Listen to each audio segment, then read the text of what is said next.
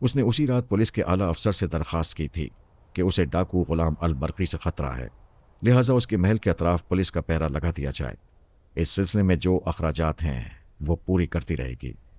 غلام البرقی نے دوسری صبح محل کی مختلف کھڑکیوں سے جھانک کر پولیس والوں کو دیکھ لیا، پھر سلوانہ سے پوچھا، یہ پولیس یہاں کیوں ہے؟ میں نے پہرا لگوایا ہے، میں تمہارے بھاگ جانے کے لیے اس وقت تک پاؤں ہلکے نہیں ہونے دوں گی جب تک میرے پاؤں بھاری نہیں ہوں گے۔ دن گزرتے رہے، وہاں مستقل پولیس والے نظر آتے رہے، پھر کچھ مشکوک افراد نظر آئے۔ سلوانہ نے کہا، میں نے معلوم کیا ہے، وہ افراد واقعی مشکوک ہیں، مسلمان ہیں، انہیں شبہ ہو گیا ہے کہ تم یہاں چھپے رہتے ہو، لہٰذا زندہ رہنا چاہتے ہو تو کھڑکیوں کے پاس نہ آیا کرو، وہ تمہیں دیکھ لیں گے۔ وہ محل میں قید ہو کر رہ گیا تھا، صحراؤں کی کھلی فضا میں سانس لینے والا چار دیواری میں گھٹن محسوس کر رہا تھا۔ اگر اس چار دیواری سے بھاگنا چاہتا تو آنی سلاخوں کے پیچھے پہنچا دیا جاتا۔ جب دن رات ایک ہی جگہ بیٹھ کر سوچنے کا موقع ملا تو یہ بات پہلی بار سمجھ میں آئی کہ اس نے مسجد کی امانت چرا کر بہت بڑا گناہ کیا ہے۔ ہر مجرم کو اپنا جرم جائز لگتا ہے، بلکہ وہ اسے جرم کہتا ہی نہیں، اسے اپنا پیشہ سمجھتا ہے۔ غلام البرقی نے پہلی بار دل ہی دل میں اپنے جرم کا اعتراف کیا۔ یہ تبدیلی کی ابتدا تھی، وہ اندر ہی اندر بدل رہا تھا، سوچ رہا تھا ملک شام واپس جا کر وہ ہیرا مسجد کی تجوری میں واپس رکھ دے گا۔ سوچتے سوچتے اور سمجھتے سمجھتے 2 ماہ گزر گئے۔ وہ پریشان ہو کر سلوانہ سے بولا، میں کب تک یہاں قید رہوں گا؟ میرا وہ ہیرا مجھے دو، میں اسی مسجد میں جا کر اسے واپس رکھ دوں گا۔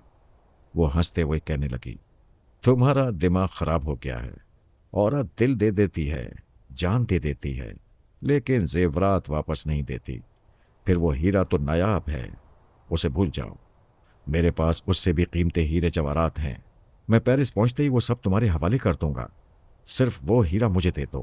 میرا سکون برباد ہو گیا ہے، رات بھر جاگتا رہتا ہوں، سونا چاہتا ہوں سو نہیں سکتا، میں باہر نہیں جا سکتا، آزادی سے گھوم نہیں سکتا، میں نے اپنے اعمال سے مصیبتیں مول لی ہیں، وہ ہیرا واپس کر دوں گا تو کوئی بھی مسلمان مجھے قتل نہیں کرے گا، میں اللہ کے عذاب سے بھی محفوظ رہوں گا۔ وہ زور زور سے ہنسنے لگی، دیر تک ہنستی رہی، پھر بولی، ارے ڈاکو، کیا تیرے اندر اسلام واپس آ رہا ہے؟ یہ ہنسنے کی نہیں سمجھنے کی بات ہے، میرے اندر کا ایمان مجھے ستا رہا ہے۔ پھر تو وہ وش لیڈی درست کہتی تھی کہ تو بدل جائے گا، تیرا مزاج اور تیرا راستہ بدل جائے گا، اور تو مجھے بھی مسلمان بنانا چاہے گا۔ جب میں پوری طرح مسلمان نہیں ہوں تو تمہیں کب مسلمان بناؤں گا؟ میں ایماندار بھی نہیں ہوں، صرف ایک ایمان کی بات سمجھا رہا ہوں کہ اس ہیرے کو اس جگہ پہنچا دینا چاہیے۔ بکواس نہ کرو، میں وہ ہیرا واپس نہیں کروں گی جو ایک عورت کو مسلمان بناتے ہیں۔ تیسرے ماہ وہ دوسری بات ہو گئی، لیڈی ڈاکٹر نے تصدیق کر دی کہ وہ ماں بننے والی ہے۔ سلوانہ خوشی سے ناچنے لگی، اس کے گلے میں باہیں ڈال کر بولی، آج میں بہت خوش ہوں، میرے پاؤں زمین پر نہیں پڑ رہے ہیں، بولو میں تمہیں کیا انعام دوں؟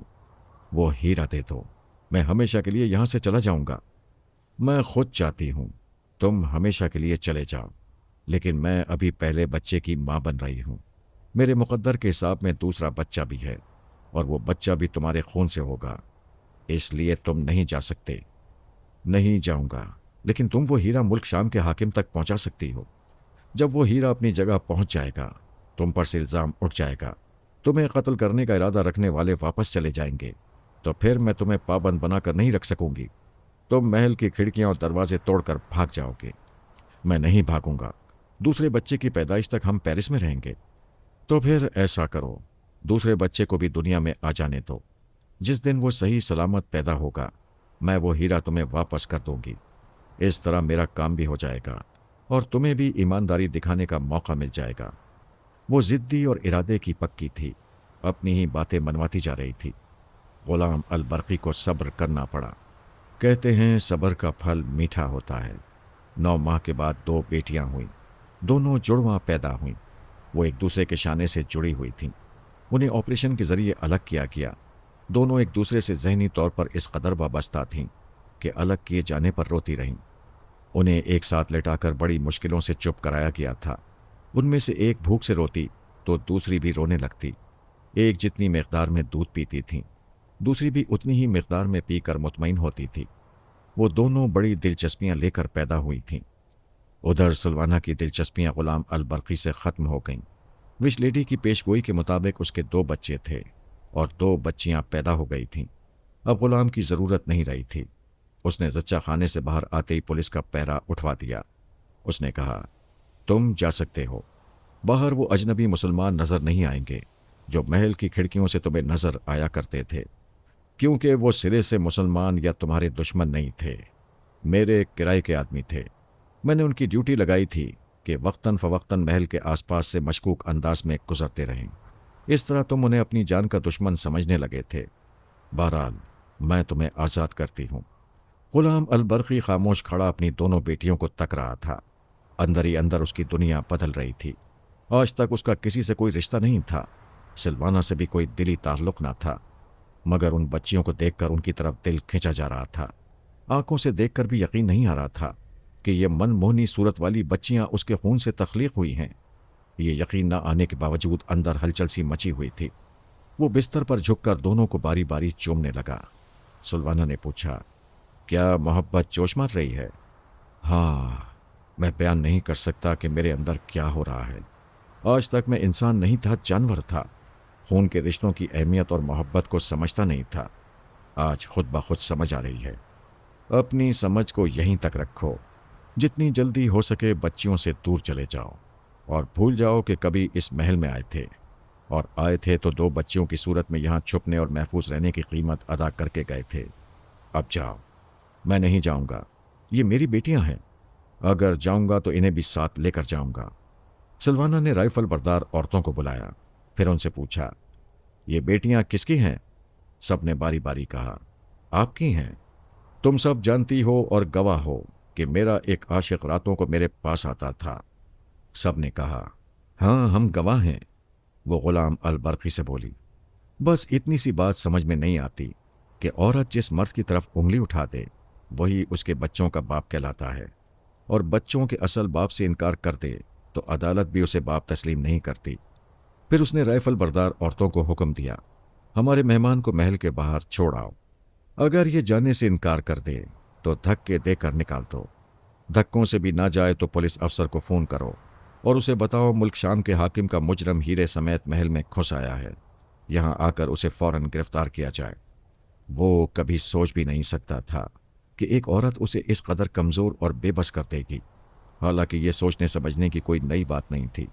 اکثر حالات میں عورت ہی مرد کو کمزور بناتی ہے، اور اگر تجزیہ کیا جائے تو مرد اپنے اعمال سے اپنی کمزوریاں عورت کے ہاتھوں میں دے دیتا ہے۔ اب وہ سمجھ رہا تھا کہ مسجد کی ایک امانت چرانے کے بعد ہی اس کی کمزوریوں کا آغاز ہو چکا تھا، اور انجام ایک عورت کے ہاتھوں سے ہو رہا تھا۔ وہ جیل کی سلاخوں کے پیچھے جانا نہیں چاہتا تھا، اس لیے محل سے نکل آیا۔ دل بے اختیار بچیوں کی طرف کھینچا جا رہا تھا، لیکن وہ دوبارہ انہیں دیکھ نہیں سکتا تھا۔ اندر ہی اندر تڑپتا رہا تھا۔ انہیں زبردستی چھین لینے کے متعلق سوچ رہا تھا، مگر کوئی تدبیر کام نہیں آ سکتی تھی۔ کسی تدبیر پر عمل کرنے کے لیے رقم کی، طاقت کی اور ذہانت کی ضرورت ہوتی ہے۔ اس کے پاس ذہانت تھی، رقم اور طاقت نہیں تھی۔ وہ جسمانی طور پر کمزور نہیں تھا۔ ایک ہیرے کی چوری نے اس کی طاقت چھین لی تھی۔ اگر وہ ہیرا واپس کر دیتا تو ضمیر سے بوجھ اتر جاتا، اور وہ انجانے قاتلوں سے محفوظ رہ کر صرف اپنی بچیوں کو حاصل کرنے کے متعلق سوچتا اور کسی تدبیر پر عمل کرتا۔ لیکن سلوانہ نے اسے ہیرے سے بھی محروم کر دیا تھا۔ رات کا وقت تھا۔ وہ ہیڈ کو پیشانی پر جھکائے اپنی دانش میں چہرہ چھپائے ریلوے اسٹیشن کے پاس آ گیا۔ ٹرین سرحد پار جانے کے لیے تیار کھڑی تھی۔ اس کے پاس اتنی رقم تھی کہ وہ رشوت دے کر سرحد پار کر سکتا تھا، لیکن معصوم بچیوں کو چھوڑ کر جانا نہیں چاہتا تھا۔ ایک دل کہتا تھا کہ اسے پیرس جا کر اپنی دولت یہاں منتقل کرا لینی چاہیے، پھر عارضی میک اپ کے ذریعے چہرہ بدل کر اس شہر میں رہائش اختیار کرنی چاہیے۔ اس کی بات اطمینان سے منصوبہ بنا کر اپنی بچیوں کو سلوانہ سے چھین کر لے جانا چاہیے۔ وہ اسٹیشن کے پاس کسی ایسے دلال کو بھانپتا رہا جو رقم لے کر اسے سرحد پار کراتے۔ تھوڑی دیر بعد ایک دلال نظر آیا تو اچانک ارادہ بدل گیا، کھوپڑی گھوم گئی۔ وہ ایک عورت سے شکست کھا کر اور اپنی بچیوں کو ہار کر نہیں جانا چاہتا تھا۔ اس نے چشم زدن میں فیصلہ کیا کہ تخت یا تختہ، وہ اپنی بچیوں کو لے کر جائے گا یا یہیں اپنی جان دے دے گا، یا اگر داؤ چل گیا تو سلوانا کی تجوری سے مسجد کی امانت بھی نکال کر واپس کر دے گا۔ دلال نے پوچھا، ہاں بولو، کیا کام ہے؟ کچھ نہیں، وہ پلٹ کر جانے لگا۔ دلال نے آواز دی، مسٹر تم خواہ گھبرا رہے ہو، میں پولیس اور کسٹم والوں کو بھی حصہ دیتا ہوں، کوئی تم سے کچھ نہیں پوچھے گا۔ 1000 امریکی ڈالر میں سرحد پار کر سکتے ہو۔ میں کل رات کی ٹرین سے جانا چاہتا ہوں۔ چلو کل ہی صحیح، میں اسی جگہ ملوں گا۔ وہ اسٹیشن سے چلا آیا۔ اس نے سلوانا کے محل میں پورے 11 ماہ گزارے تھے۔ اس عرصے میں اس کے اندر کا ڈاکو سو گیا تھا۔ جس عورت نے 11 ماہ تک غلام بنا کر رکھا تھا، آج اسی عورت کی ایک ٹھوکر نے اسے جھنجھوڑ کر بیدار کر دیا تھا۔ اس نے ایک بہت ہی 3rd کلاس سرائے میں ایک کمرہ لیا، پھر وہاں بیٹھ کر پورے محل کے اندرونی نقشے کو ذہن میں تازہ کرنے لگا۔ ایک ایک بات یاد آنے لگی۔ رائفل بردار عورتوں کی ڈیوٹی ہر 8 گھنٹے بعد بدلتی ہے۔ مسلح عورتوں کی تعداد 12 ہے۔ سلوانا ان عورتوں پر اعتماد کر کے اپنے پاس کوئی ہتھیار نہیں رکھتی ہے، البتہ الماری کے اندر ایک ریوالور رہتا ہے۔ اسی آہنی الماری میں وہ ہیرا رکھا ہوا ہے۔ وہ طویل عرصے کے بعد ایک محل میں ڈاکہ ڈالنے کا منصوبہ بناتے بناتے سو گیا۔ دوسری صبح اٹھ کر وہ بازار کیا۔ دن کی روشنی میں پہچانے جانے اور پکڑے جانے کا اندیشہ تھا۔ ایسے ہی اندیشوں نے اسے ایک عورت کا غلام بنا رکھا تھا۔ اب وہ نڈر اور بے باک ہو گیا تھا۔ اپنی جان ہتھیلی پر رکھ کر کھلے بازار میں آ گیا تھا۔ یہ حوصلہ تھا کہ جو ہوگا دیکھا جائے گا۔ اسے حیرانی ہوئی، کسی نے اسے نہیں پہچانا۔ اگر پہچان بھی لیا ہو تو اسے نظر انداز کیا ہوگا۔ حیرانی اسی بات کی تھی کہ اسے نظر انداز کیوں کیا جا رہا ہے۔ اس نے کیڑے مکوڑے اور چوہے مارنے کی زہریلی رقیق دوائیں لی، پلاسٹک کی اسپرے گن اور ایک گیس ماسک حاصل کیا۔ دشمن سے نمٹنے کا سامان حاصل کرنے کے بعد اس نے دونوں بچیوں کے لیے دودھ کا ڈبہ، شہد، فیڈر اور گرم کپڑے وغیرہ خریدے۔ جب وہ ایک دکان سے باہر آ رہا تھا تب 3 مسلمانوں نے اسے گھیر لیا۔ ایک نے اس کا گریبان پکڑ کر جھنجھوڑتے ہوئے کہا، تو قسمت کا دھنی ہے، ہم تجھے قتل کرنے کے لیے سر سے کفن باندھ کر آئے تھے، مگر افسوس شام کے حاکم نے تیری گرفتاری اور قتل کا حکم واپس لے لیا ہے۔ اسے اپنے کانوں پر یقین نہیں آیا۔ اس نے پوچھا، کیا واقعی مجھے گرفتار نہیں کیا جائے گا؟ مجھے قتل نہیں کیا جائے گا؟ کیا تو نہیں دیکھ رہا ہے کہ میں نے تیرا گریبان پکڑ کر چھوڑ دیا ہے؟ کیا تو نے کل کا اخبار نہیں پڑھا ہے؟ نہیں برادر، میں نے اخبار نہیں پڑھا ہے۔ خدا را مجھے بتاؤ، یہ ماجرا کیا ہے؟ میں نے مسجد کی امانت چرا کر بہت بڑا جرم کیا ہے، پھر یہ جرم معاف کیسے ہو گیا؟ کسی نے مسجد کی تعمیر کے لیے 15 لاکھ کا عطیہ دے کر شام کے حاکم سے درخواست کی تھی کہ غلام البرقی کو معاف کر دیا جائے۔ وہ سخی داتا کون ہے؟ کس نے مجھے معافی دلائی ہے؟ وہ کوئی گمنام ہے، اپنی شہرت نہیں چاہتا، اسی لیے اس کا نام اخبارات میں شائع نہ ہو سکا۔ قاتلوں سے سامنا ہوا مگر کچھ نہ ہوا۔ مہینوں کی دہشت پل بھر میں ختم ہو گئی۔ اسے نئی زندگی مل گئی۔ وہ ہر طرح سے آزاد ہو گیا۔ اس کا گریبان پکڑنے والے قاتل چلے گئے۔ وہ تھوڑی دیر گم سم کھڑا خود کو ہلکا پھلکا سا محسوس کرتا رہا۔ پھر اس نے ایک اچھے سے ہوٹل میں آ کر ایک کمرہ لیا، وہاں تمام سامان رکھا، پھر جا کر اپنی ضرورت کے کپڑے اور دوسرا سامان خریدا۔ حمام میں جا کر دیر تک بھاپ سے غسل کرنے کے مزے لیتا رہا۔ اب اسے رات کا انتظار تھا اور بے صبری میں دن نہیں گزر رہا تھا۔ وہ ساحلی علاقے میں آیا۔ وہاں موٹر بوٹ، لانچ اور بحری جہازوں کی الگ الگ بندرگاہیں تھیں۔ ان میں سے بعض جہازوں کے مالکان خاصی رقم لے کر سمندر کے راستے بلغاریہ، یوگوسلاویہ یا یونان کے ساحلوں تک پہنچا دیتے تھے۔ ایسے غیر قانونی سفر کرنے والے جہاز ہی پہچانے نہیں جاتے تھے، لیکن ایک بدماش دوسرے بدماش کو جلدی پہچان لیتا ہے۔ غلام البرقی نے ایک جہاز کے کپتان سے معاملات طے کر لیے۔ جہاز آدھی رات کو وہاں سے روانہ ہونے والا تھا۔ وہ روانگی سے قبل آنے کا وعدہ کر کے ہوٹل کے کمرے میں آ گیا۔ رات کا اندھیرا چھا گیا تھا۔ اس نے ہلکا سا ناشتہ کیا، پھر کافی پینے کے دوران اپنے منصوبے پر نظر ثانی کرتا رہا۔ اس کے بعد تمام سامان اٹھا کر ہوٹل سے باہر آ گیا۔ وہ رات کے 10 بجے محل کے احاطے میں داخل ہوا۔ باغ کے تاریک حصے میں پہنچ کر اس نے بچیوں کی ضرورت کا سامان ایک طرف رکھا، اپنے چہرے پر گیس ماسک چڑھایا اور چھوٹے سے آکسیجن سلنڈر کو پیٹھ پر باندھ لیا۔ اس نے سوچ رکھا تھا کہ محل میں داخل ہوتے ہی جس لیڈی گارڈ سے سامنا ہوگا اس کے منہ پر اسپرے کرے گا، پھر اس کی رائفل چھین لے گا۔ وہ محل میں ہر جگہ زہریلی دوا اسپرے نہیں کر سکتا تھا۔ ایک رائفل ہاتھ میں آتے ہی اس کا کام قدرے آسان ہو جاتا۔ ضروری نہیں کہ آدمی جو سوچے وہی ہوتا رہے۔ اگر وہی ہوتا رہے تو آدمی اپنے مقدر کا خود مالک بن جائے۔ اچانک اسے اپنے پیچھے لیڈی گارڈ کی کرخت آواز سنائی دی، ہالٹ! اپنے دونوں ہاتھ پیچھے سر پر رکھو۔ اس کے ایک ہاتھ میں چھوٹی سی اسپرے گن تھی۔ اس نے ہاتھ پیچھے سر کی طرف لاتے ہوئے اسپرے کیا۔ وہ کہنے لگی، یہ تمہارے ہاتھ میں کیا ہے؟ اسے پھینک۔ وہ پوری بات نہ کر سکی، دوا کے اثر سے چکرا کر گر پڑی۔ اس کے ساتھ ہی ایک فائر ہوا۔ گولی غلام البرقی کے بازو میں آ کر لگی۔ تب پتہ چلا دوسری لیڈی گارڈ بھی تھی۔ وہ ذرا دور تھی، اس پر دوا کا اثر نہیں ہوا تھا۔ وہ گولی کھا کر پہلے لیڈی گارڈ پر گرا، پھر اس کی رائفل اٹھاتے ہی فائر کر دیا۔ نشانہ پکا تھا۔ وہ چیخ مار کر گر پڑی، لیکن کام بگڑ گیا تھا۔ فائرنگ کی آواز گونجتے ہی محل میں خطرے کا الارم بجنے لگا تھا۔ اب اس کی کوئی تدبیر کام آنے والی نہیں تھی۔ وہ ہمیشہ کے لیے بچیوں سے محروم ہونے والا تھا۔ اس کے بازو میں گولی کے زخم نے انگارے بھر دیے تھے۔ کوئی اور ہوتا تو چکرا کر لیٹا رہ جاتا، لیکن وہ رائفل لے کر اٹھ گیا۔ جان دینا تھا یا اپنی اولاد کو لے جانا تھا۔ وہ دوڑتا ہوا محل میں گھس گیا۔ اندر سے مسلح گارڈز آ رہی تھیں۔ اس نے اندھا دھند فائرنگ شروع کر دی۔ چیخنے چلانے اور گولیاں کھا کر گرنے والیوں کے درمیان سے گزرتا ہوا وہ سلوانہ کے خوابگاہ کی طرف جانے لگا۔ کنیزیں خوفزدہ ہو کر چیختی ہوئی ادھر سے ادھر بھاگ رہی تھیں۔ اس بھاگ دوڑ میں کسی نے اس پر گولی چلا دی۔ وہ بال بال بچا۔ ایک دیوار اور محل کی جالیوں کی آڑ لیتا ہوا خوابگاہ میں پہنچ گیا۔ محل کے باہر پولیس گارڈ کے سائرن سنائی دے رہے تھے۔ ایک ہیلی کاپٹر کی بھی آواز سنائی دے رہی تھی۔ شاید سلوانہ نے قانون کے محافظوں کو بلوا لیا تھا۔ اس نے خوابگاہ میں آتے ہی دروازے کو اندر سے بند کیا۔ بچیوں کے پالنے کے پاس بیٹھی ہوئی خاتمہ خوف سے چیختی ہوئی اٹھ کر کھڑی ہو گئی۔ وہ تیزی سے چلتا ہوا پالنے کے پاس آیا۔ وہاں ایک ہی بچی نظر آ رہی تھی۔ اس نے پوچھا، دوسری کہاں ہے؟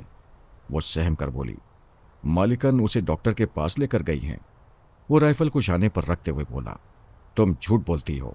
جب ایک بچی کو تکلیف ہوتی ہے تو دوسری بھی اسی مرض میں مبتلا ہو جاتی ہے۔ پھر سلوانہ اسے کیوں نہیں لے گئی؟ میں ٹھیک طرح نہیں جانتی۔ سنا ہے اس بچی کو تجربے کے لیے اس بچی سے دور لے گئی ہیں۔ ڈاکٹر ایک کا علاج کر کے دیکھنا چاہتا ہے کہ اس علاج سے دوسری بچی کو آرام آتا ہے یا نہیں۔ یہ تھوڑی دیر پہلے رو رہی تھی، اب اچانک خاموشی سے سو گئی ہے۔ شاید تجربہ کامیاب ہو گیا ہے۔ ادھر اسے آرام آنے سے بھی شاید یہ سو گئی ہے۔ غلام نے بچی کو پالنے سے اٹھا لیا۔ جس زخمی بازو سے لہو بہہ رہا تھا، اسی بازو سے اپنے لہو کو سنبھال لیا، کیونکہ دوسرے ہاتھ میں رائفل تھی۔ اس نے الماری کے لاک کا نشانہ لے کر فائر کیا۔ بچی گھبرا کر اٹھ گئی اور رونے لگی۔ اس نے ہینڈل گھما کر الماری کو کھولا، اس میں سے ہیرے کو نکال کر اندرونی جیب میں رکھا۔ باہر سے دروازہ پیٹنے کی آوازیں آ رہی تھیں۔ کسی نے فائر کر کے اس دروازے کو کھول لیا تھا۔ وہ بچی کو اٹھائے بھاگتا ہوا خوابگاہ کے پچھلے زینے کے پاس آیا۔ اوپر جانے کے سوا کوئی راستہ نہیں تھا۔ وہ ہانپتا کانپتا ہوا سیڑھیاں چڑھتا ہوا پہلی منزل پر آ گیا۔ وہاں بھی راستے مسدود تھے۔ دوسری طرف کے زینوں سے قدموں کی آوازیں آ رہی تھیں۔ ادھر بچی رو رہی تھی اور آنے والوں کو فرار کی سمت بتاتی جا رہی تھی۔ وہ اسی زینے پر چڑھتا ہوا چھت کی طرف جانے لگا۔ ٹھائیں کی آواز کے ساتھ ایک گولی چلی۔ وہ گولی اس کی پسلی توڑتی ہوئی گزر گئی۔ اس کی آنکھوں کے سامنے اندھیرا چھا گیا۔ وہ زینے کی ریلنگ تھام کر گرتے گرتے سنبھل گیا۔ بوجھل قدموں سے اوپر جانے لگا۔ اوپر چھت کے دروازے تک پہنچتے ہی پھر نیچے سے فائر ہوا۔ اس بار اس کے حلق سے چیخیں نکلنے لگیں۔ وہ عجیب منظر تھا۔ باپ چیخ رہا تھا، بیٹی رو رہی تھی۔ اس کی ران میں گولی لگی تھی۔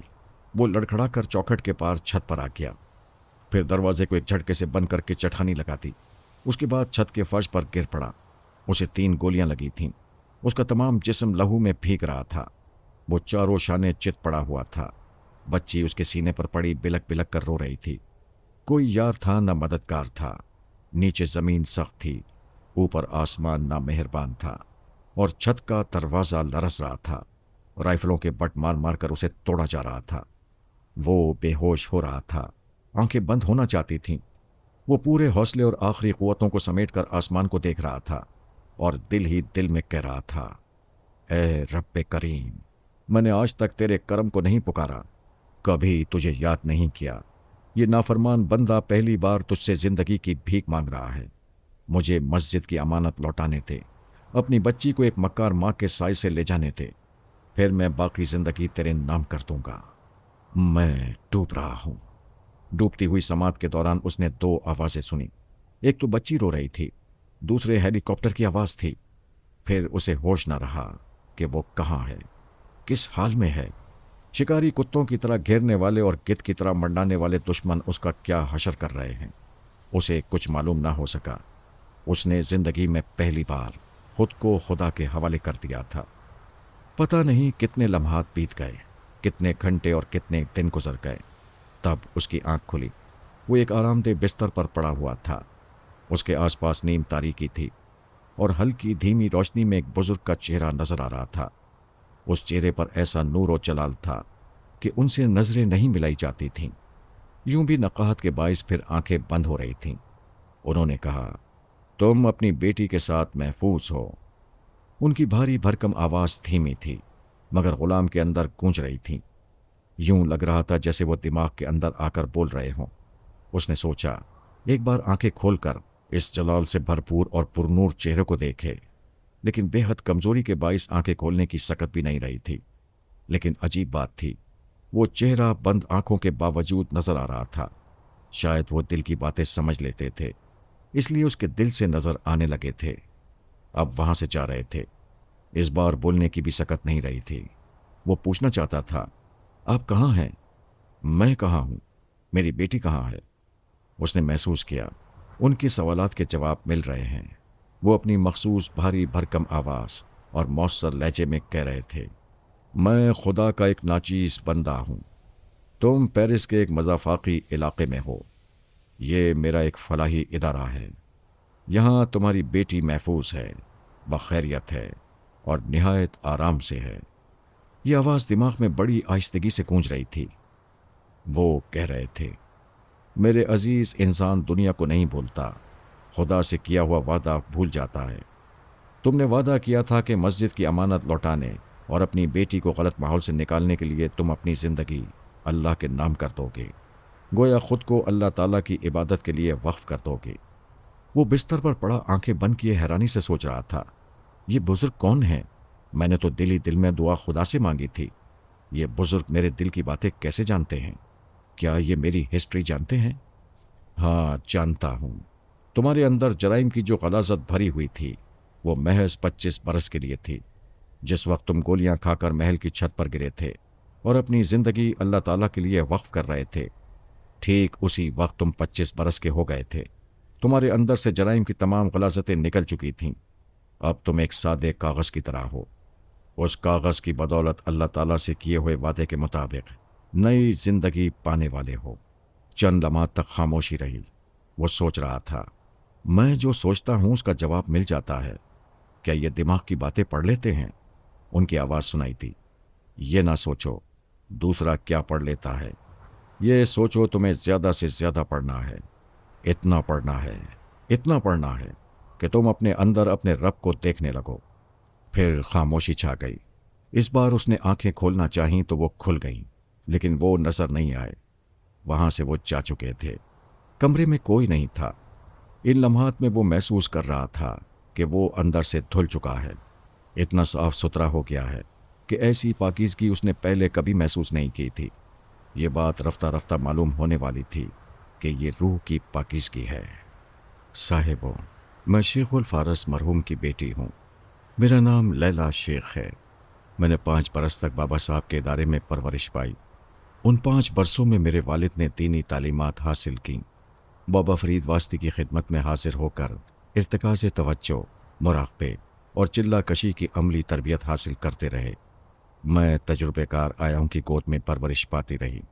جب میں بولنے اور چلنے پھرنے کے قابل ہوئی تو مجھے فجر کی نماز سے قبل اٹھنے اور خاص ٹائم ٹیبل کے مطابق زندگی گزارنے کی تربیت دی جانے لگی۔ 3 برس کی عمر سے میری تعلیم کی ابتدا کی گئی۔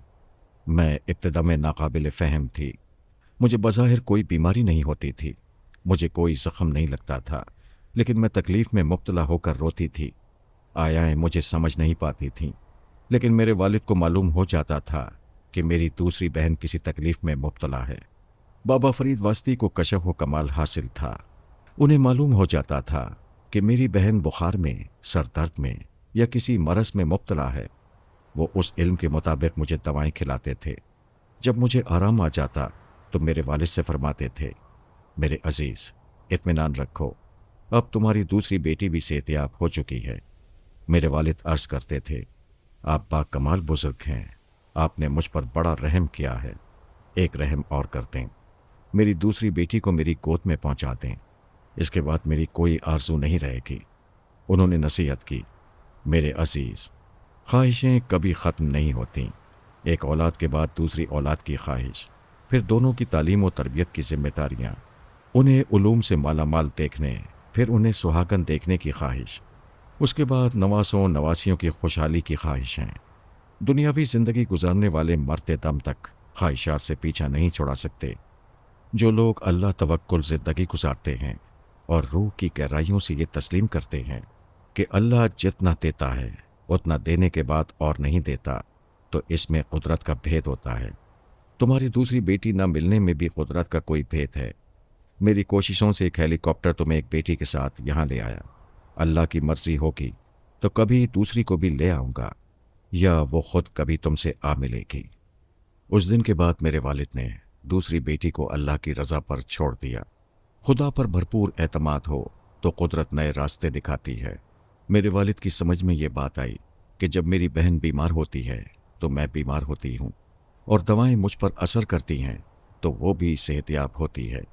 ہم دونوں میں گہرا پیدائشی اور روحانی لگاؤ ہے، لہٰذا وہ مجھے جس قدر صحت مند رکھیں گے اسی قدر دوسری بھی صحت مند رہے گی۔ تعلیم اور تربیت کے ذریعے مجھے جو ذہانت اور شرافت ملے گی وہی اسے بھی حاصل ہوگی۔ ان خیالات کے تحت وہ مجھ پر خصوصی توجہ دینے لگے۔ میری عمر کے مطابق مجھے ہلکی پھلکی ورزشیں اور یوگا کی مشقیں کرانے لگے۔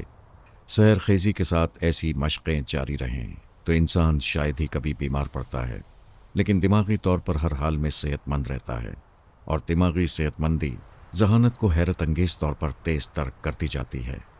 5 برس کے بعد میرے والد نے بابا فرید واسطی صاحب سے مزید علوم حاصل کرنے کے لیے نگر نگر جانے کی اجازت مانگی۔ پھر مجھے لے کر پیرس سے استنبول آ گئے۔ وہاں بزرگان دین کی خدمت میں حاضر ہوئے۔ وہاں سے شام، اردن، مصر، سعودی عرب، ایران، عراق، افغانستان اور پاکستان جیسے اسلامی ممالک کے اولیاء کرام کے مزاروں پر حاضری دی۔ وہاں کی لائبریریوں سے استفادہ کرتے رہے۔ پھر وہ میری باقاعدہ تعلیم کی غرض سے لندن آ گئے۔